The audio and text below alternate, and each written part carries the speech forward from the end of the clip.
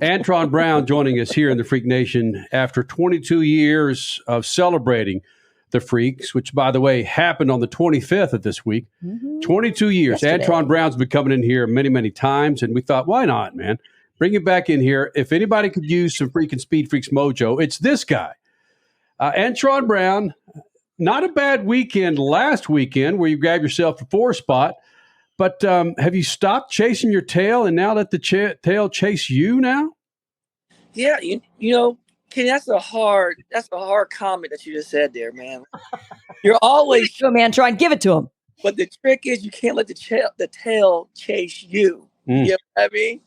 And right now, I tell you one thing is we've been there were ups and downs, but that's the struggles of the way we started out. We started out with everything brand new this year. You know what I mean? We had a lot of new partners with Lucas Oil.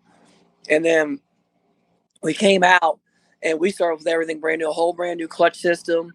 We changed injectors. We changed this. We changed that. Brand new body, different this, different that. And we wanted all the latest and greatest and newest, but we had to learn how to come up with a combination that we could start molding into our own. And that's where we're at right now. We're finally getting it to do what we want to do, and we're going to start racing the package that we have. Over the last 7 races, we've been in straight up test mode every race, trying different things, doing different things, and trying to make some things not happen. We've been having chaos happen, like this not working right, that not working right. You know, crushing the main, rubbing on the thrust bearing down low, and got to get all that stuff to work right before you can start wicking it up. And now we're at the point right now where we can start fine-tuning and getting everything to work the way it needs to be and getting into our race combination that we can have, because we got about 7 more races left until we hit that countdown. Your teammate, well, Lucas Oil, I would say your sharing teammate with Justin Ashley, he's got a couple of wins under his belt. Was he in the same scenario, or is he using parts that he's used to, parts and pieces which can contribute to the 2 wins that he has this season? No, Mike Green and Tommy DeLago came off with Justin Davis Racing, Justin Ashley Racing, where they had their combination from last year, like engine combination. They tried a couple new things on the off season, and they've been settled in for a while. They've been coming out like gangbusters, and I'm super pumped and super proud for them because they've been showing out right now, and slowly we're getting to where they're at. So we're just been slowly getting it together and getting our new team guys acclimated with each other, because we have 3 key new team personnel on our team too, where that's with Justin Ashley Racing and Dustin Davis Racing. They've been having the same personnel since last year with the addition of Tom DeLago. So they're just taking off where they left off at the end of last year when they were destroying everybody. So for us, we got to get to that level so we become a destroyer too. And we're really, really close to that. No, it was so fun to see the results start to come in Bristol last weekend. So what exactly did click? What was one of the first things that really went together that got that momentum throughout the team being like, all right, we are on the next level now? Yeah, well, Crash, the one thing that really happened for us is that we tested after our last race and just kept on refining on what we wanted to do. And when we came into Bristol, when we unloaded and we were the first fuel car down the track with a good run, because the funny cars weren't making it down at all. They're like, brand new surface. They just flattened out most, like 40% of the bumps. And we're like, oh man, ain't nobody making it down. And then when we went down and we went A to B, and we went out there through that 380 with a 1-up on the board, and it stayed number 1 for a while. That gave us some confidence going into race day. And that's what we took in race day. And we survived the bumps and bruises and the whoop section going down the racetrack. The whoop section. He's making a motocross reference, going 330 miles an hour. Okay. Antron Brown joining us here in the Speed Freaks Pits on our 22-year anniversary show. And you touched on the crew needing to kind of gel. So many people discount that. But when you are having some tough times, that is crucial, and that's what gets you to the next level. So have you seen that come together over the first third of the season? And if so, how exactly has that made things better as well? It has. I mean, I think this year as a whole, I think we were in Vegas this year. We made it to the final in the 4-wide and we lost, and we just had some mishaps that we weren't catching, you know what I mean? Because we don't have the seasoned vets on our team for growing as a group. Like I didn't catch Brad didn't catch it. Mark and Brian didn't catch it, but the guy didn't catch it. So we're just coming together where we're starting to overlap each other as a whole. And we start overlapping. One person can make a mistake, but we catch it before we get to the starting line because we help each other. We have race buddies, you know what I mean? Kind of like a battle buddy. And we're growing those relationships on our team. And that's what takes to win championships. When you have guys and gals on your team that can communicate without even talking, they can look at each other like, okay, I got that. And once you get that, that's when those race wins starts popping off, and that's when those championships start happening. Antron Brown, the animal. I hadn't talked to you in a long time, partner. It's great to see you again, man. It's always good seeing you, Stat, man. Stat, hey, man, be easy on me now, man. You always beat me down. You beat me down. Don't say that. People will get the wrong idea. But I do want to ask you, the team ownership, all of that. You're learning, you're building from the bottom. But tell me the one thing, the biggest thing that you didn't plan for that's coming up and rattling your cage right now as a team owner. I think the biggest thing that rattled my cage was no matter how hard you prepare, and I felt that I was super prepared for when this first started with all the people that we had. And when the parts and pieces didn't show up and we ordered way in advance, like give you an example. We ordered our brand new trucks and trailers. Okay. We ordered our trailers and we were supposed to have our trailers in by like September, at the latest October. And just because the parts delay and just manufacturing stuff, like be able to get into certain parts and pieces to finish, it's like our generator, you know what I mean? And like our air compressors, they go on the trailers. We didn't get our first trailer until between Christmas and New Year's. It was a late Christmas present. And we didn't get our second trailer until the week before we left testing in January. So when you got stuff like that happening, you're like, oh, Lord, are we even going to make it to the first race? Like when we made it to the first race, that was a championship inside itself, Stat, man. That's the stuff that you can't prepare for, that you can't do nothing about. Like organizing people, getting if you have the parts and pieces, we can make it happen. But when we were on the last hour and we're like, we ain't even got a trailer to go. Brother, that's got you shaking. You're like, how are we going to get all this stuff here? I start calling the boys up. I said, start calling U-Haul. We need about 4 or 5 of them. We've been celebrating our anniversary, 22nd anniversary, starting our 23rd year. I always go back, Antron, to the first time you and I spoke in Pomona. You had just won. You were going to the media center. We passed each other on the steps. You looked up and said, hey, what's happening? And I was like, whoa, he spoke to me.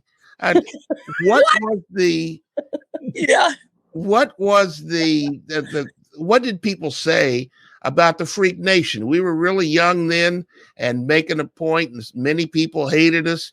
Some people loved us. What was the thing in the back of your mind when you saw the Freak Nation? What was the first thing you thought about? Hey, well, I'll never forget when I first saw y'all and I came in there. I remember going to the studio, going down the hallway because you ran down the booth back there. and we came in there, man. I looked at everybody. I was like, man, these jokers are off the chain back here. You know what I mean? I said, and I was like, Speed Freaks. I'm like, the name fits them. Like that's the first thing I need. And the first thing, Kenny was always on the edge, and he came up there and he was dropping the B word and stuff like that. I'm like, what you saying, man? I was like, what you saying? I said, you better not call me one, man. We're going to scrap. I saw I was just cracking jokes, but that was just his terminology. And the thing about it was, for me, I'm very unique to all different walks of life. I've seen it from far to wide to up and down and all around. It don't make a difference. You got to remember, I was the kid that grew up in Trenton, New Jersey till I was 6 in the ghetto. And then I moved straight from the ghetto into the country where I was the only chocolate drop in the country. And I was just like, I've been through culture shock my whole life. So it's nothing that y'all could do that could surprise me. And I said, you know what? They got to be cool because they got a brother on the show. They got Stat Man. Cool, laid back, and you had Crash. I'm like, why do you call her Crash? I'm like, what she's doing? And she was just buck wild. I was like, check this out. You know what I mean? And then you had a cat on your show called Lug Nut. And he told me his stuff hang low. And I'm like, what is wrong with this dude? I'm like, you know what I mean? So it's like, it was this great energy. And it was like fun. I took it as fun, energetic, and it was edgy. It was raw. But at the end of the day, y'all broke down the stuff that people wanted to hear. And that's when I fell in love with the Freak Nation. You know, you brought up something in that comment right there that not much surprises you. Well, since from then, or maybe even from your childhood till now, what has been the biggest surprise in your life? Has it been fatherhood? Has it been team ownership and trying to manage a bunch of personalities? What has surprised Antron Brown the most in his life? Oh, Lord have mercy. I mean, what has surprised me the most, it's I don't know. Like, I think what surprised me the most is what you get when you're around fans. Like, some fans are buck wild, and I'm like, oh, okay, all right. It's all right. And I think the biggest surprises to me too, like you said, like you talked about fatherhood, is when we had all of our kids. I can think about it distinctly, like the things that kids would say. No filter at all. You know what I mean? And the things they will do at the spur of the moment, and how they could just talk to anybody and everybody like my kids did. They weren't scared to tell you like what you look like and what they thought about you. And sometimes, you know how we think it? We think it of adults, but we don't say it like Kenny does. Kenny does say it. You know what I mean? But for me, I looked at some stuff, and then my kids will say what I'm thinking. I'm like, I was thinking that. But they said it to that poor dude.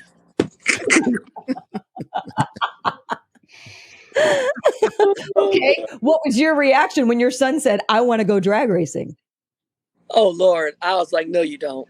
Like, no, you don't. I was like, you don't need that disease. It's a disease. It's a bad disease that you don't need to have. It's going to cost me a lot of money. And Dad's trying to retire. I'm not trying to be John Force. I'm not trying to race so I can support the fam. I need you out of racing. All of his doors love racing, so he's got to keep racing so he can make them, so he can support them. Do you still make your bed in the morning? Yeah, somewhat. It's like not making it. It's kind of like just throwing the sheets over the area where I lay. It's not like tucking it in. Oh no! I think his wife just cut him off. Go there. You go. There we go. Yeah, there you go. What the hell just happened? My phone did a timeout. They tried for upgrade. He tried to get me for upgrade. See there? Oh. Of course. Because I see your. I know it's yours. That's hysterical. Because she was mad at your response. He needs to make the bed, so I'm going to cut him off right now. That little bastard. He never makes the bed. I blew out. That B word. There's that B word. I said bastard. I didn't call you the other. I blasted out 3 kids, and he still won't make up the damn bed, man. Hey, it was hard work making them jokers. Okay. Yes. Oh, well, buddy, this is we can never have too much time with you, Antron. I think the 3 of us would agree. We hope that this Speed Freaks mojo benefits you moving forward to where you can get back to your old kicking ass ways, buddy. It's coming, brother. It's coming. It's one thing that we all have learned in life is that the only way you beat resistance is with persistence, brother. And don't quit. I don't give up. And I'm a fighter. And think about this: you only keep a good man and a good team down for a little while. We're going to start digging out that hole, and we're going to start bringing that trouble to the game, brother. It's coming. Hey, I made mode. a New Year's resolution this year, and I pretty much held myself to it, man. Keep your phone out of the bathroom, brother. It'll change your ways. Where did that come from? What are you doing with your phone in the bathroom? He does. In the bathroom. Oh, come on. Don't how the old men used to have newspapers. Now you take your damn phone in there and catch up on social media. Oh, I you know what I got? I got old school National Dragster stacked. them and I go through them. And I'm like, oh, I remember this day. Oh, check that joke out. Look at freaking Mike Dunn. What's he doing? Oh, dude, God? Oh, snap. You know what I mean? Oh, that's legendous. So how many national dragsters are in your bathroom, in your motorhome right now? Not in my bathroom, motorhome at home. I'm never hardly in the bathroom here, but yeah. But, you do the duty out at the track, pooper, right? Yeah, man. No, I'm not one to I don't like empty the black water tank, but you got to. Yes. I'm so with you there. All right, Antron, we love you, buddy. Go kick some ass, my friend. Hey, I love y'all too, family. I love y'all. We're gonna throw it down when I go up in the deal. When I'm putting stuff, this is for the Freak Nation, baby. Later. Peace.